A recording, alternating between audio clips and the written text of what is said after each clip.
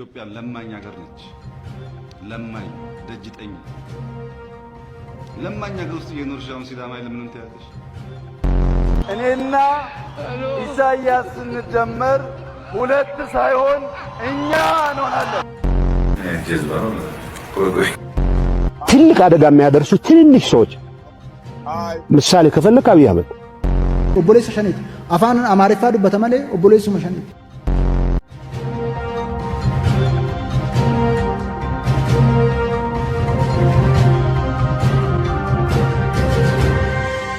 የትግራይ ፖለቲካውን ወደ ጀነራሎቹ እያመራ ነው። ነገሮች የፖለቲካው ጥንቅጥ ውስጥ ገብተዋል። የነ ዶክተር ደብረጽዮን ቡድን ሰራዊቱን ከጎን ያሰልፍ ያለው እያለ ነው። ከሰሞኑ በጊዜያዊ አስተዳደሩ ላይ መዋቅር ወረራን አካሂዷል በሚል አቶ ጌታቸው ረዳ ለሰራዊቱ አዛዥ ሌተናል ጀነራል ታደሰ ወረደ ደብዳቤ ጽፈዋል። በግልባጭም ሌሎች የሰራዊት አዛዦች ናቸው የተባሉት እንዲያውቁት ተደርጓል። ሆኖም መልስ ሊገኝ አልቻለም። እናም አቶ ጌታቸው ክፉኛ ተበሳጩ። ጋዜጠኞችን ጠርተው መግለጫ ሰጥተዋል። የነ ዶክተር ደብረጽዮን ቡድን አዲግራት ከተማን ተቆጣጥሮ የከንቲባ ሹመትን ሰጥቷል። ሕግ አስከብሩ በሚል በአቶ ጌታቸው ረዳ ትዕዛዝ ከተሰጣቸው ጄኔራሎች መካከል ወሳኙ ሰው ሌተናል ጄኔራል ታደሰ ወረደ ድምፃቸውን አጥፍተዋል።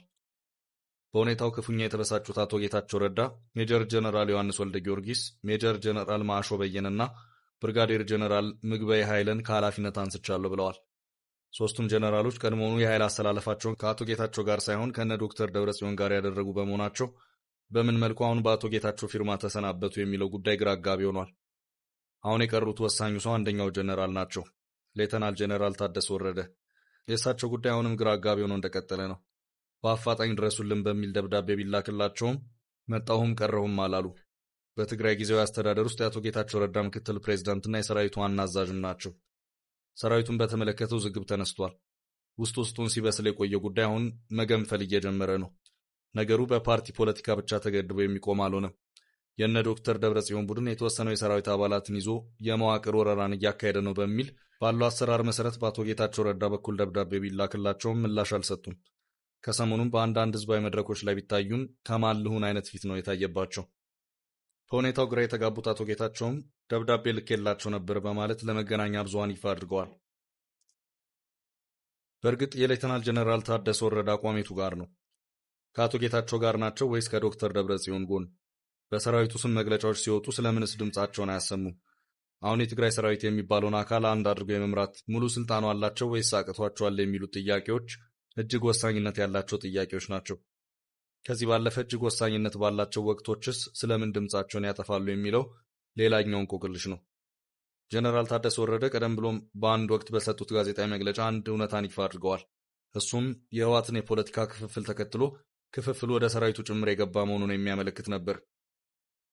ይህ ማለት አሁን ባለው ሁኔታ ሰራዊቱን ጀነራል ታደሰ ወረደ በወጥ የእዝ ሰንሰለት ወይም ኮማንድ ቼን አይመሩትም ማለት ነው።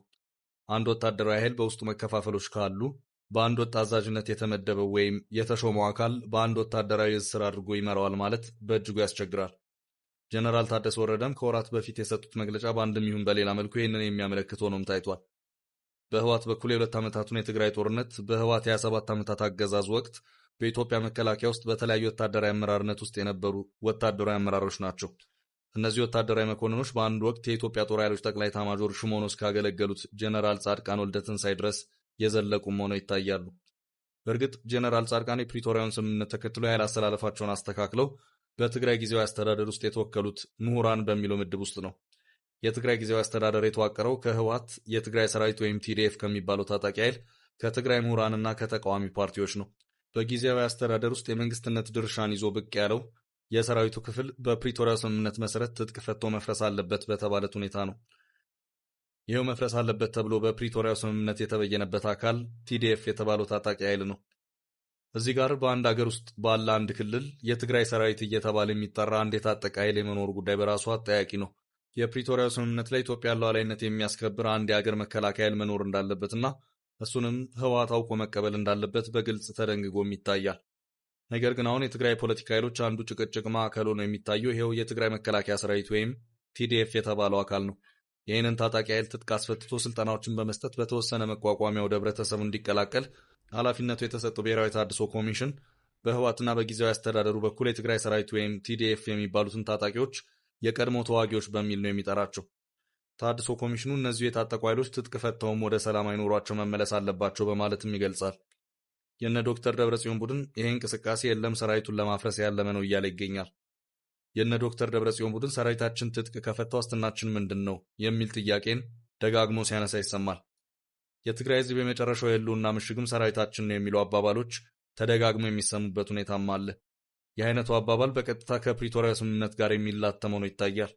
ስምምነቱ እንደሚባለው ቲዲኤፍ የትግራይ ህዝብ ህልውና ሆኖ ስለሚያገለግል የትግራይ ህዝብ ህልውና እስኪረጋገጥ ድረስ ከነትጥቁ መቀጠል አለበት የሚለው ነው አይታይም። በነ ዶክተር ደብረጽዮን ትርጓሜ መሰረት የትግራይ ህዝብን ህልውና ማረጋገጥ የሚለው አባባል በራሱ ግልጽ አይደለም። ነገሮች በዚህ በኩል ጠበቅ ተደርገው ሲጠየቁ በነ ዶክተር ደብረጽዮን በኩል የሚባለው እንደውም የፕሪቶሪያ ስምምነት የተፈረመው ከኛ ፍቃድ ውጪ ስለሆነ ጥያቄ ያለን የሚልም ሆኖ ይታያል። ዶክተር ደብረጽዮን ደጋግሞ ሲናገሩ እንደተሰማው በጊዜው የህወሓት ተወካዮች ወደ ፕሪቶሪያ ሲሄዱ የተሰጣቸው ኃላፊነት አሁን የፕሪቶሪያ ስምምነት የተባለውን ፈርመው እንዲመለሱ ሳይሆን የተኩስ አቁሙን ብቻ እንዲፈራረሙ ነበር። እናም በዚህ መልኩ የፕሪቶሪያው ስምምነት ከኛ ፍቃድ ውጪ ነው የተፈረመው የሚሉት እነ ዶክተር ደብረጽዮን በአሁኑ ሰዓት በአንድ መልኩ የፕሪቶሪያው ስምምነት ይከበር በማለት ድምጻቸውን ከፍ አድርገው ሲያሰሙ ይታያል።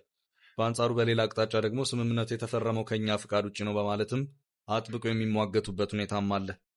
ስምምነቱን አንቀበለውም በማለት በይፋ አሳውቆ እርግፍ አድርጎ መተው አንዱ አማራጭ ነው። ተቀብለናል ከተባለ ደግሞ ተቀብሎ በአፈጻጸሙ ላይ መነጋገር ግድ ይላል። ነገር ግን በነ ዶክተር ደብረጽዮን በኩል ይሄ አይታይም። እናም በዚህ አቅጣጫ ሲታይ ነገሮች በእጅጉ ግራ የሚያጋቡ ነው ይታያሉ። ይሄው አካል የትግራይ ሉዓላዊ መሬቶች ቅድመ ጦርነት ወደ ነበሩበት ይመለሱ፣ ተፈናቃዮች ወደ ቤታቸው ይግቡ የሚለው የፕሪቶሪያውን ስምምነት እያጣቀሰ አጥብቆ ቅሬታውን ያሰማል። በሌላ አቅጣጫ ደግሞ ስምምነቱ የተፈረመው ከኛ ፍቃድ ውጪ ነው ሲልም ይሰማል። እንደውም ስምምነቱን የእነ አቶ ጌታቸው ረዳን ቡድን ለመክሰስም ሲጠቀምበት ይታያል። እዚህ አካባቢ በግልጽ የተምታቱ ሁኔታዎች ይታያሉ። ነገሩን ወደ ጄኔራል ታደሰ ወረደን መልሰው ጄኔራል ታደሰ ወረደ በአሁኑ ሰዓት የህዝብ የትግራይ ሰራዊት ወይም ቲዲኤፍ የሚባለው የታጠቀ ኃይል የመጨረሻው አመራር ሰው ናቸው። በአጭሩ የሰራዊቱ ዋና አዛዥ ናቸው። የህወሓትን ለሁለት መከፈል ተከትሎ እሳቸው የሚመሩት ኃይል ከሁሉም የፖለቲካ ኃይሎች ሳይወግን በገለልተኝነት ይቀጥላል በሚል ሲነገር ከርሟል። እሳቸውም ቢሆኑ ይህንኑ ሀሳብ እየደጋገሙ ሲናገሩም ተደምጠዋል። በዚህ መሃል ግን በአቶ ጌታቸውና በዶክተር ደብረጽዮን ቡድኖች መካከል የተፈጠረው ልዩነት እየተካረረና እየሰፋ መሄድ ጀመረ። እናም ሰራዊቱን ማን ይዘዘው በማንስ ይተዳደር የሚለው ጉዳይ እንደ አንድ ወሳኝ አንገብጋቢ ጥያቄ ብቅ ማለት ጀመረ። ቀደም ብለን ጠቆም ለማድረግ እንደሞከርነው ጄኔራል ታደሰ ወረደ በአንድ ወቅት በሰጡት ጋዜጣዊ መግለጫም በሰራዊቱ ውስጥ የውስጥ ክፍፍል ተፈጥሯል ሲሉም አስታውቀዋል። ይህንኑ መግለጫ ተከትሎም በህብረተሰብ ውስጥ ሲጉላላ የነበረው ጥያቄ ማን ከማን ጋር ነው የሚለው ነው። በዚህ ሂደት ውስጥ የዶክተር ደብረጽዮን ቡድንና የሰራዊቱ የተዋረደ አመራሮች እየተገናኙ የሚመክሩ እንደነበር በኋላ ላይ የወጡት መረጃዎች አመላክተዋል። እናም በመጨረሻ የአቶ ደብረጽዮን ቡድንና የሰራዊቱ አመራሮች ተከታታይነት ያላቸውን ውይይቶች ማድረጋቸውን ተከትሎ በቀጣይም እነዚህ ወታደራዊ መኮንኖች የግል ስብሰባቸውን ማካሄድ ጀመሩ። የጋራ መግለጫንም አስነገሩ። መግለጫውም ጊዜያዊ አስተዳደሩ ለውጥ ያስፈልገዋል፣ የእኛ ድጋፍ ጉባኤ ላካሄደው የህወሓት ቡድን ወይም ክፍል ነው የሚል ነበር። ድጋፋችን የፓርቲ ጉባኤ ላካሄደው ቡድን ነው ማለት በአጭሩ ከነ ዶክተር ደብረጽዮን ቡድን ጎንን ማለት ነው። እንደሚታወሰው ምንም እንኳን የብሔራዊ ምርጫ ቦርድ እውቅና ባይኖረውም የነ ዶክተር ደብረጽዮን ቡድን የራሱን የፓርቲ ጉባኤ ያካሂዷል። የአቶ ጌታቸው ረዳ ቡድን ግን ከፓርቲ ፖለቲካዊ ይልቅ ጊዜያዊ አስተዳደሩን ማጠናከሩ ላይ ትኩረቱን ያደረገው ነው ይታያል። እናም ያካሄደው ምንም አይነት የፓርቲ ጉባኤም የለም። በዚህም መሰረት የሰራዊቱ አመራሮች ድጋፋችን ጉባኤ ላካሄደው የፓርቲ ክፍል ነው ሲሉ በግልጽ አቋም አካሄዳችንና መስመራችን ከዶክተር ደብረጽዮን ቡድን ጋር መሆኑን እያመላከቱ ነው ማለት ነው። በዚህ ወቅት ሰራዊቱ ፖለቲካ ውስጥ ምን አገባው በማለት አቶ ጌታቸው ረዳ ግልጽ ተቃውሞን ቢያሰሙም የሚሰማቸው አካል አልተገኘም።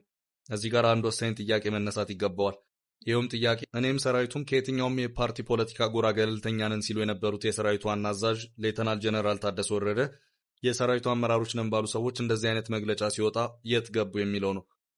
በእርግጥ የሰራዊቱ የተዋረደ አመራሮች ቁጭ ብለው ሲመክሩ ጀነራል ታደሰ ወረደ ነበሩ? ይህ መግለጫ እሳቸው የሚያውቁትና የሚያምኑበት ነው ወይስ አይደለም የሚሉ ጥያቄዎች በብዙዎች አእምሮ ውስጥ የሚመላለሱ ሆነው እንደቀጠሉ ነው። ከዚሁ መግለጫ በኋላ ለሳምንታት በዝምታ ውስጥ የቆዩት ጀነራል ታደሰ ወረደ በትግራይ መቀሌ ቅርብ ርቀት ላይ ሰራዊቱ ከካምፕ በመውጣት ህዝብ ላይ ጥቃት ፈጸመ መባሉን ተከትሎ በአንድ ህዝባዊ መድረክ ላይ ከአቶ ጌታቸው ረዳ ጋር ታይተዋል። ጀነራል ታደሰ ወረደ ከዚሁ ጥቃት ጋር በተያያዘ ከህዝቡ ጋር በነበራቸው ቆይታ ስለዚሁ የሰራዊቱ ከነ ዶክተር ደብረጽዮን ጎን መሆናችን ይታወቅልን መግለጫ ጉዳይ አንዲትም ቃል ሲተነፍሱ አልታዩም። ከዚያ ይልቅ ሰራዊቱን የህዝብ ልጅ ነው፣ ከአካባቢያችን ይውጣ የምትሉት ለምንድን ነው? ሰራዊቱ እስከዛሬም ድረስ የቀጠለው ደልቶት ሳይሆን በችግር ውስጥ ሆኖ ነው። ይህ ሰራዊት የማንም ሳይሆን ከትግራይ ህዝብ የተገኘ ነው የሚል አይነት ይዘት ያለው ማብራሪያን ሲሰጡ ድጋፉን ለነ ዶክተር ደብረጽዮን በሰጠው የሰራዊቱ አመራር ጉዳይም ምንም ያሉት ነገር አልተሰማም። አቶ ጌታቸው በቀጥታ ለጊዜያዊ አስተዳደሩ ምክትል ፕሬዝዳንትና የሰራዊት አዛዥ ሌተናል ጀነራል ታደሰ ወረደ የካቲት 26 ቀን 2017 ዓ.ም በጻፉት በታጣቂዎች እየታገዘ የመዋቅር ወረራ እያደረገ ነው ያሉትን የእነ ዶክተር ደብረጽዮን ቡድን በክልሉ ማዕከላዊና ሰሜናዊ ምዕራብ ዞን የጊዜያዊ አስተዳደር መዋቅሮች ላይ ወረራዎችን የፈጸመና የተቆጣጠረ መሆኑን አመላክተው የህገወጥ ድርጊት ያሉት እንቅስቃሴም በተቀሩት ምስራቃዊ፣ ደቡባዊ፣ ደቡብ ምስራቅና መቀሌ ዞኖች ጭምር ለማስፋት ያለመ እንቅስቃሴ እየተደረገ ነው በማለትም ነበር ጥሪያቸውን ያስተላለፉት። አቶ ጌታቸው በዚሁ ደብዳቤያቸውም ሌተናል ጀነራል ታደሰ ወረደ ያስታወቁት በተወሰነው የሰራዊት አመራር ስም ሰራዊቱን በማሰማራት የመንግስት መዋቅሮች ህገወጥ ጉባኤ ላካሄደ ቡድን ለማስረከብ የሚደረግ እንቅስቃሴ እጅግ አደገኛና የማያባራ ቀውስን ይወልዳል። በመሆኑም እንቅስቃሴው በአስቸኳይ ቆሞ ህገወጥ ተግባሩ እንዲፈጸም ያዘዙ የሰራዊት አመራሮች እንዲጠየቁ በማለት ነበር።